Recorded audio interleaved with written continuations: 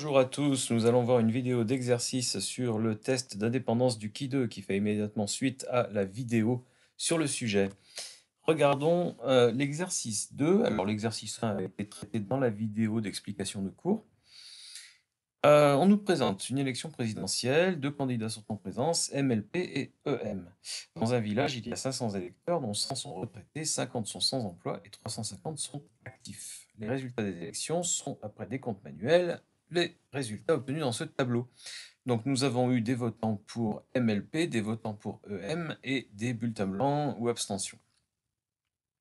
Nous détaillons ce tableau par la catégorie sans emploi, la catégorie de personnes actives et la catégorie des retraités. Et évidemment, la question qu'on va se poser, c'est dans quelle mesure est-ce qu'on peut dire, à partir de cet échantillon, si le vote est influencé par la condition sociale ou la catégorie sociale des individus. Très bien. Alors, pour la technique, nous posons l'hypothèse nulle, la nature du vote est indépendante du statut social. Encore une fois, lorsque nous avons deux variables, nature du vote ici et statut social, nous faisons un test d'indépendance. Donc nous testons l'hypothèse d'indépendance. Ça, c'est vraiment très important pour ne pas répondre à l'envers à la fin de l'exercice. Je reprends mon tableau d'observation. En bleu, les chiffres qui ont été donnés dans le tableau de départ, et puis je calcule les sous-totaux, le total général.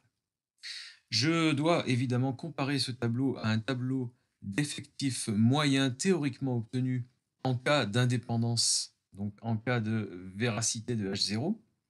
C'est-à-dire que si vraiment la nature du vote était indépendante du statut social, eh bien dans la population en général, la ligne des sans-emploi, la ligne des actifs et la ligne des retraités présenteraient des valeurs proportionnelles d'une ligne à l'autre. Et donc on complète ce tableau de proportion par produit en croix. Donc voilà ce qu'on obtient, et si on compare les valeurs en bleu et avec les valeurs en rouge, on peut observer à certains endroits des différences plus ou moins marquées. Alors plus ou moins marquées, on ne peut pas en juger comme ça se calcule par le Ki 2, donc on établit un troisième tableau où on a 9 valeurs de Ki 2 partielles à calculer, en prenant les valeurs couple par couple, 24 et 18,2, 16 et 19,1, etc. Et encore une fois, pour calculer un Ki 2, on calcule valeur observée moins valeur théorique, que l'on met au carré, donc la différence mise au carré, divisée par la valeur théorique. On obtient à ce moment-là les 9 Ki 2 partiels qui apparaissent, avec un Ki 2 total calculé à 14,16. Très bien, donc encore une fois, il s'agit de la distance dans l'unité du Ki 2 qui existe entre le premier tableau et le second. Ce Ki 2 calculé doit nous permettre de dire si le tableau observé est très curieux par rapport au tableau moyen théoriquement attendu, ou pas trop curieux. C'est-à-dire, est-ce que 14,16 est une valeur très forte ou pas trop forte? Le seuil ici est de 1%, c'est donné dans l'énoncé. Nous avons 4 degrés de liberté. Quand nous regardons notre tableau de données de départ, nous retirons une ligne et une colonne, et il nous reste 4 cellules, donc 4 degrés de liberté. Dans la table du Ki 2, pour 1% et 4 degrés de liberté, on se trouve ici, on a un Ki 2 limite, qu'on va considérer comme notre limite, à 13,3. Alors, je donne ça avec un petit peu plus de précision, puisque les valeurs de Ki 2 se calculent avec toute la précision voulue. 13,28 en fait, mais peu importe. Le tout est de comparer maintenant ce Ki 2 limite à notre Ki 2 calculé. On constate tout de suite que Ki 2 calculé est supérieur à Ki 2 limite, donc selon les critères de l'exercice, notamment au seuil de 1%, on va pouvoir juger que cette distance est très forte, et trop forte puisqu'elle a dépassé la limite. Ki 2 calculé étant supérieur à Ki 2 limite, on peut rejeter H0, mais au risque de 1% de se tromper. Alors, on rédige ça comme ça, ou alors, après la virgule, on peut dire au seuil de 1%, ce qui signifie la même chose. Voilà, c'est-à-dire qu'on a, après cette étude, 99% de confiance dans le fait que le vote des gens, ou plutôt le vote des différentes catégories sociales, a une influence sur le candidat, ou la façon de voter, blanc ou abstention. Alors, que peut-on dire si on ne tient pas compte des votes blancs et des abstentions? Alors, effectivement, peut-être que la dernière colonne a influé assez fortement sur l'ensemble, en termes de différence de vote entre les sans-emploi, les actifs et les retraités. Effectivement, si on regarde la toute dernière valeur, 37, elle est largement aussi forte que les autres votes des retraités pour les candidats, alors qu'on n'est pas du tout dans les mêmes proportions chez les actifs et les sans-emploi en ce qui concerne la dernière valeur comparée aux deux premières. Si je reviens en arrière sur les tableaux des qui-deux partiels, le tableau, je m'aperçois qu'à cet endroit, effectivement, il y a un qui-deux partiel très important, 5,30 à peu près, qui a contribué très fortement au qui-deux total et qui donc est en majorité responsable du fait qu'on a dépassé le qui-deux limite. Alors, si on ne tient plus compte des votes blancs et des abstentions, attention, on ne peut pas dire que les nouveaux qui-deux partiels sont les deux premières colonnes et on additionne ces deux colonnes et on a fini. Ça n'est pas ça du tout. Il va falloir refaire l'exercice. C'est-à-dire que le tableau de départ a changé, les sous-totaux et le total général ne sont plus les mêmes, donc les produits en croix pour le tableau théorique vont nous donner autre chose, et on recalcule les qui-deux, qui sont ici au nombre de 6 pour les qui-deux dits partiels. Très bien, donc on a des qui-deux partiels qui ne sont pas très élevés cette fois-ci, avec un qui-deux total de 5,175. Vous pouvez noter que j'ai écrit qui-deux observé ici, ou qui-deux calculé, bref, ça revient au même, et dans la littérature, vous trouverez les deux appellations. Bien, alors, il faut comparer 5,175 à quelque chose, mais pas forcément à 13,3.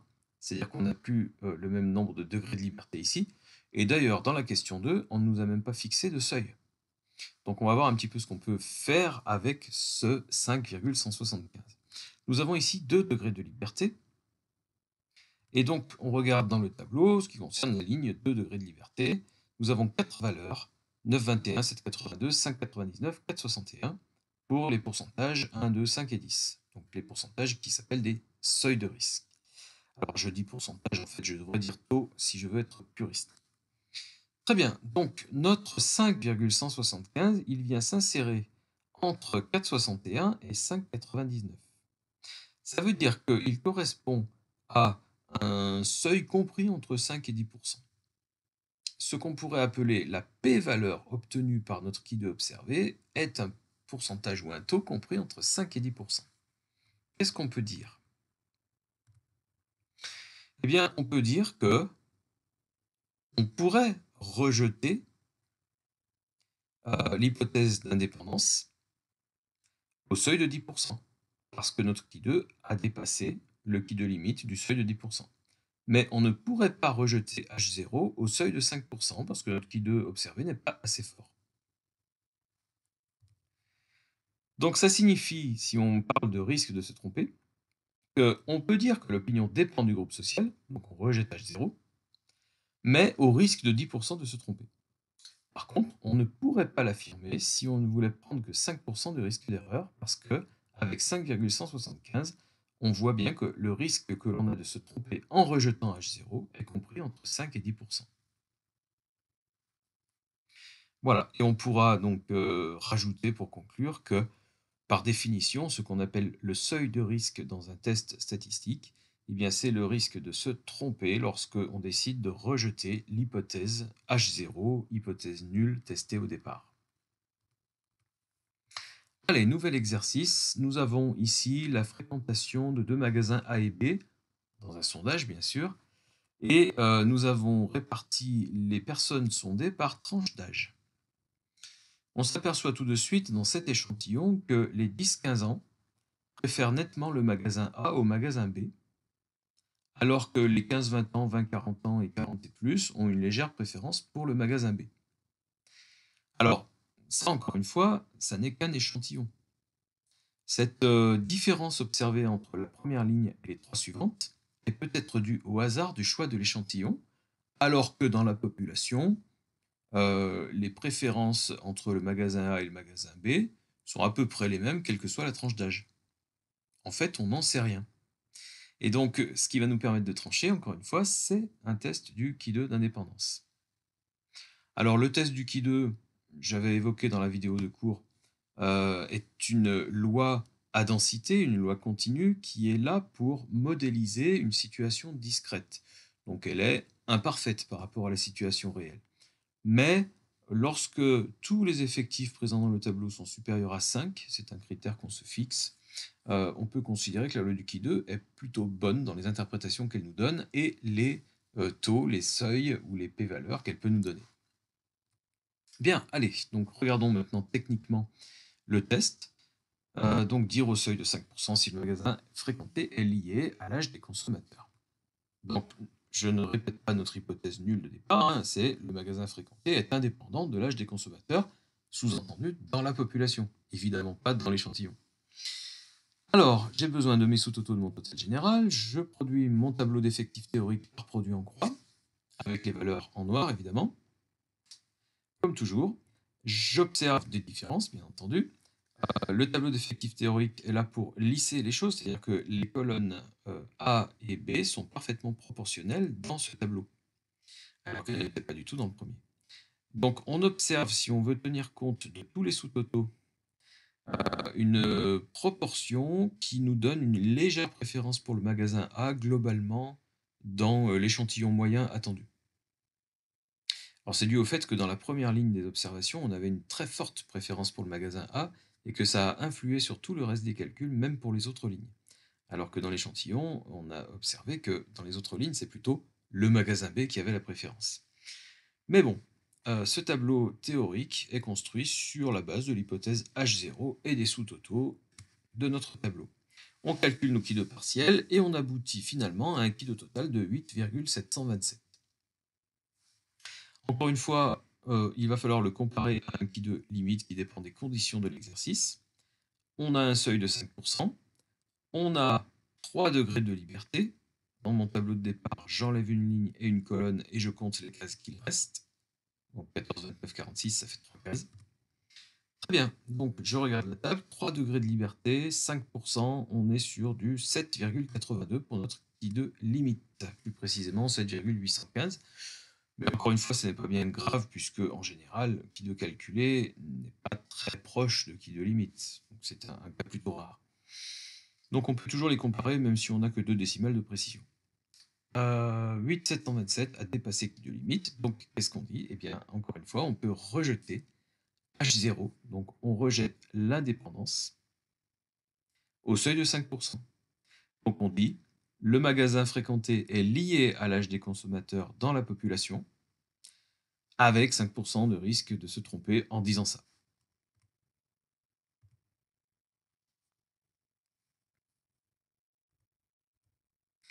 Quelle tranche d'âge contribue le plus au résultat précédent?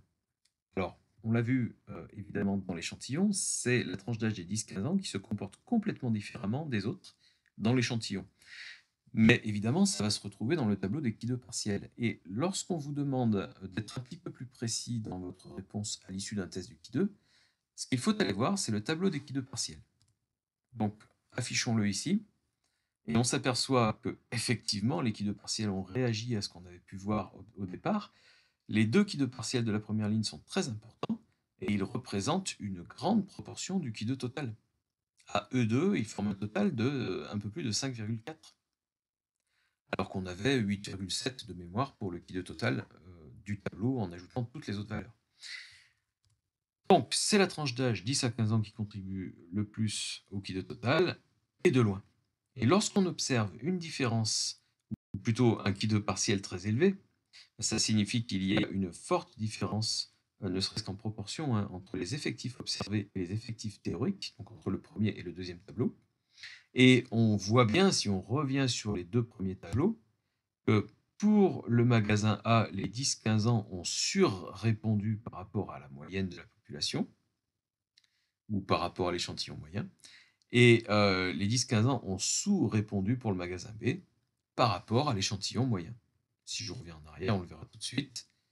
46 réponses pour 36 réponses attendues en moyenne, 24 réponses pour 34 réponses attendues en moyenne. Donc lorsque deux qui2 partiels sont très élevés, vous ne savez pas si vous avez une valeur observée supérieure ou inférieure à la valeur théoriquement attendue. Et même en général, quand vous regardez un qui2 partiel. Le qui2 est calculé sur la base d'un carré, il est forcément positif.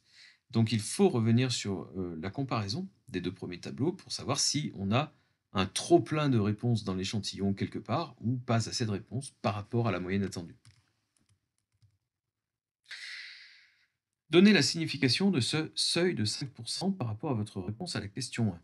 Alors, je l'avais expliqué à l'oral, lorsqu'on dit qu'on peut rejeter l'indépendance, donc on dit qu'il y a une dépendance entre le magasin préféré et l'âge ici, au seuil de 5%, ça signifie que on affirme cette dépendance au risque de 5% de se tromper.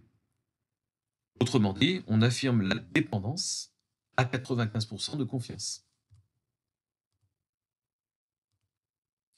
D'après la table, peut-on être plus précis quant au risque pris lors de notre affirmation? Alors, nous avions un qui 2 qui était d'environ 8,7 et nous avions 3 degrés de liberté. Alors, est-ce qu'on peut être plus précis d'après la table qui s'affiche ici? En fait, non, parce que 8,7, il est cantonné entre 2% et 5%. Donc, on peut affirmer la dépendance au seuil de 5%, mais on ne peut pas l'affirmer au seuil de 2%, parce que notre qui 2 calculé n'a pas dépassé le qui 2 limite du seuil de 2%. Donc, on a entre 95% et 98% de confiance dans l'affirmation de la dépendance.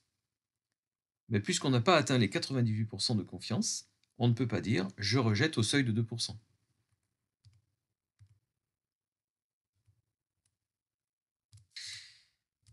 Exercice 4. On a sondé 100 personnes sur leur âge et leur fréquentation des salles de cinéma. Alors en fait, plutôt la fréquence à laquelle ces personnes vont au cinéma. Donc on note ici X la variable âge, Y la variable nombre annuel de sorties au cinéma. Et nous avons ces résultats-là. Donc nous avons rangé les personnes interrogées dans la classe d'âge 15-25, les 25-50 et les 50 et plus. Et nous regardons ici les nombres de citations en fonction des différentes réponses proposées. Aucune fois dans les 12 derniers mois, 1 à 11 fois, 12 à 23 fois et au moins 24 fois. Alors là aussi, on constate des différences entre les différentes tranches d'âge. C'est-à-dire que les 15-25 ans vont majoritairement entre 1 et 23 fois au cinéma dans l'année. Et les autres situations sont un peu plus exceptionnelles. Pour les 25-50 ans, on se centre un petit peu plus sur 1 à 11 fois. Donc déjà, on sort un petit peu moins. Et puis pour les 50 ans et plus, on oscille entre 0 ou 1 à 11 fois. Donc on sort beaucoup moins que les 15-25 ans. Encore une fois, et je ne le répéterai jamais assez, nous avons affaire aux résultats obtenus par un sondage, c'est-à-dire un échantillon de personnes. Notre but est de savoir si on peut extrapoler ce qu'on vient d'observer à l'ensemble de la population. Est-ce qu'il y a un lien entre l'âge d'une personne en général et le nombre de fois où elle sort au cinéma? On nous demande de faire un test au seuil de 2%. On aimerait bien, si on veut rejeter l'indépendance et donc dire oui, il y a un lien entre l'âge et le nombre de sorties au cinéma, on aimerait bien avoir 98% de confiance. On va voir si on peut atteindre ce seuil de confiance. Alors, j'ai ici regroupé tous les calculs dans un gros tableau, c'est-à-dire qu'en bleu, j'ai mes valeurs observées, celles qui viennent de l'énoncé. En rouge, j'ai mes différentes valeurs théoriques calculées par produit en croix. Les sous-totaux se trouvent à droite et en bas, bien sûr. Et en vert, les qui 2 qu'on peut calculer. Qui 2 partiel, et tout en bas à droite, 14,51, notre qui 2 calculé. Combien de degrés de liberté avons-nous? J'enlève une ligne et une colonne, et il me reste 6 cases dans mon tableau, donc j'ai 6 degrés de liberté. 6 degrés de liberté, avec un seuil de 2%, je dois dépasser 15. Voilà mon qui 2 limite. Et notre qui 2 calculé était de 14,51. Donc bien qu'on ait observé des différences assez nettes dans l'échantillon interrogé, nous n'avons pas atteint le qui 2 limite du seuil de 2%. C'est-à-dire que nous n'avons pas 98% de confiance dans le fait que globalement dans la population, il y a un lien entre l'âge et le nombre de sorties au cinéma. Donc qu'est-ce qu'on dit? On ne peut pas rejeter l'hypothèse que l'âge et la fréquentation ne sont pas liés. Alors ça fait une double négation dans la phrase. On pourrait dire on ne peut rejeter l'hypothèse que l'âge et la fréquentation des cinémas sont indépendants. D'accord? C'est-à-dire on n'est pas assez sûr pour rejeter cette hypothèse et pour dire non, Y dépend de X. Alors attention, encore une fois, je l'ai dit à la fin de la première vidéo, si on n'est pas assez sûr pour rejeter le fait que Y et X sont indépendants, on ne va pas aller affirmer que Y et X sont indépendants. On a juste ici pas tout à fait 98% de confiance dans le rejet de l'indépendance, ce qui est loin d'être une raison d'accepter l'indépendance. D'accord? Donc vous ne pourrez jamais conclure un tel exercice par l'acceptation de H0. Soit vous avez dépassé un certain seuil et vous pouvez rejeter H0, soit comme ici, vous n'avez pas dépassé le seuil et vous ne pouvez pas rejeter H0 à ce seuil-là. Mais bien évidemment, si on avait demandé un test au seuil de 5% avec 6 degrés de liberté, eh bien, il suffisait de dépasser 12,6. Et donc là, bien sûr, la réponse aurait été contraire. Au seuil de 5%, on peut dire que Y dépend de X. Parce que 14,51 est supérieur à 12,6. Ça veut dire qu'on voit, si on reprend le tableau général, qu'il y a au moins 95% de confiance dans la dépendance entre Y et X, mais pas tout à fait 98%.